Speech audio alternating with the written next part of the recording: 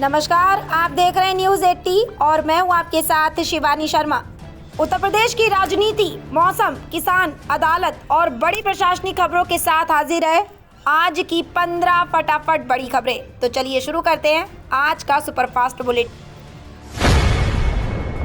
उत्तर प्रदेश सरकार ने किसानों को एक ही स्थान पर कृषि सेवाएं उपलब्ध कराने के लिए 827 एग्री जंक्शन केंद्र स्थापित करने की योजना को मंजूरी दी है।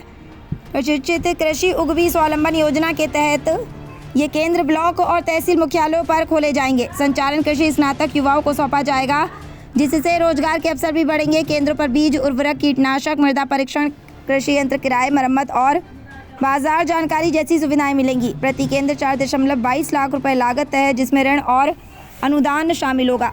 चयन, प्रशिक्षण और स्थापना की प्रक्रिया अक्टूबर 2026 तक पूरी की जाएगी।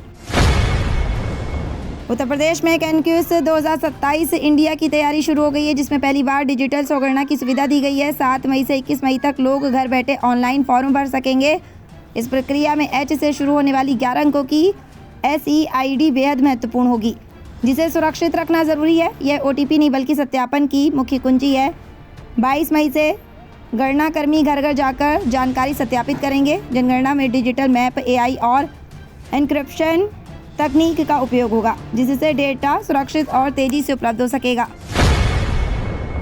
योगी आदित्यनाथ सरकार ने प्रीपेड स्मार्ट मीटर को लेकर बड़ा फैसला लेते हुए इसकी अनिवार्यता खत्म कर दी है। अब सभी बिजली कनेक्शन फिर से पोस्टपेड मोड में संचालित होंगे, जिससे उपभोक्ता बिजली बिल अगले महीने 15 दिनों के भीतर जमा कर सकेंगे।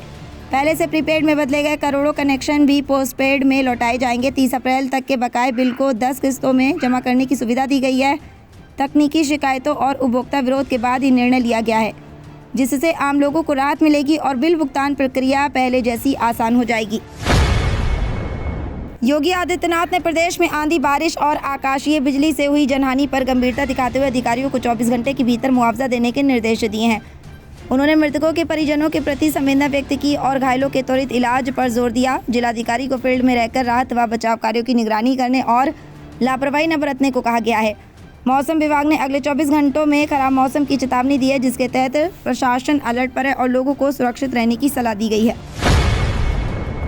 योगी आदित्यनाथ की अध्यक्षता में हुई कैबिनेट बैठक में निर्माण ठेकेदारों के लिए नया कानून लागू किया गया है। अब टेंडर में 15% या उससे अधिक कम दर पर काम लेने वाले ठेकेदारों को अतिरिक्त परफॉर्मेंस सिक्योरिटी जमा करनी होगी। 15 से 20% कम रेट पर 100% और 20% से अधिक कम रेट पर अंतर्राशि का 150% सिक्योरिटी देनी होगी।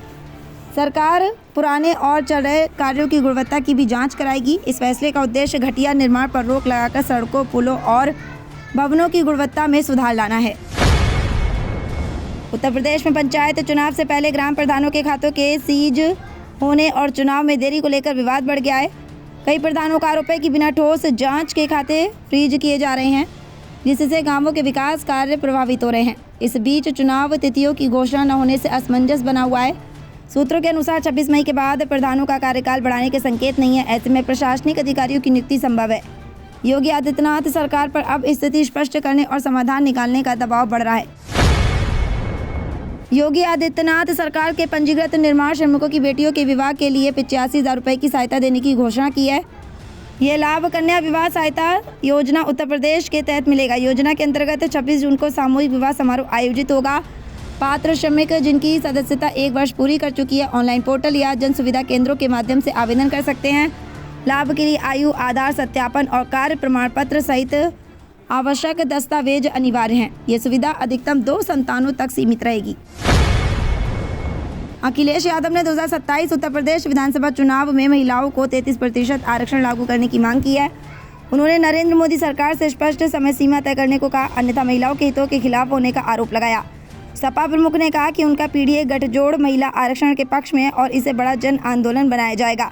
ये मांग ऐसे समय आई जब संसद में महिला आरक्षण से जुड़ा विधेयक पारित नहीं हो सका, जिससे ये मुद्दा फिर राजनीतिक बहस के केंद्र में आ गया है। योगी आदित्यनाथ के प्रचार का असर वेस्ट बंगाल चुनाव नतीजों में दिखा, जहां भाजपा ने 22 में से 19 सीटों पर जीत दर्ज की। पार्टी ने योगी को रणनीतिक रूप से उन क्षेत्रों में उतारा जहां मुकाबला कड़ा था। उनके हिंदुत्व और कानून व्यवस्था पर केंद्रित प्रचार से मतदाताओं में प्रभाव देखा गया। हालांकि 3 सीटों पर हार मिली, लेकिन कुल परिणाम भाजपा के लिए उत्साहजनक रहे। विशेषज्ञों के अनुसार योगी के आक्रामक प्रचार के साथ संगठन और बूथ स्तर की रणनीति ने भी इस सफलता में अहम भूमिका निभाई। ब्रजेश पाठक ने वेस्ट बंगाल चुनाव परिणामों पर विपक्ष के आरोपों को खारिज करते तीखा जवाब दिया। उन्होंने कहा कि हार के बाद चुनाव आयोग पर सवाल उठाना विपक्ष की पुरानी आदत है। जब विपक्ष जीतता है तो प्रक्रिया पर कोई सवाल नहीं उठाता, लेकिन हार के बाद इसे मुद्दा बनाया जाता है। पाठक के तुष्टीकरण की राजनीति पर भी निशाना साधते हुए कहा कि अब ऐसी राजनीति नहीं चलेगी और जनता ने चुनाव में स्पष्ट जनादेश दे दिया है।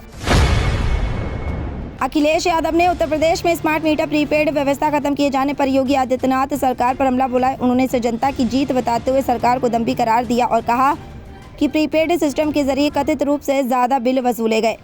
सरकार ने तकनीकी दिक्कतों और उपभोक्ता विरोध के बाद सभी स्मार्ट मीटर को पोस्टपेड मोड में बदलने का फैसला किया है। अब उपभोक्ताओं को पहले की तरह मासिक बिल भुगतान की सुविधा मिलेगी, जिसे 10 दिन के भीतर जमा करना होगा।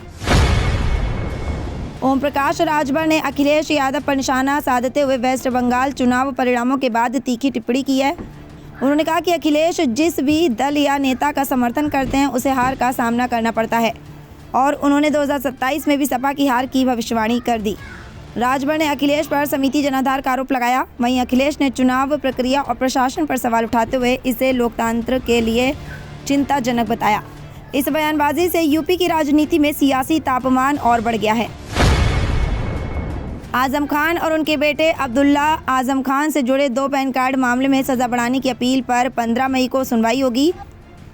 मजिस्ट्रेट कोर्ट ने दोनों को 7 साल की सजा सुनाई थी, जिसके खिलाफ अपील दायर की गई है। इसके अलावा 2019 लोकसभा चुनाव के दौरान तत्कालीन जिलाधिकारी पर कथित आपत्तिजनक टिप्पणी के मामले में बहस पूरी हो चुकी है और 16 मई को फैसला आने की संभावना है। अन्य मामलों की सुनवाई भी अलग अलग तारीखों पर तय की गई है, जिससे कानूनी प्रक्रिया आगे बढ़ रही है।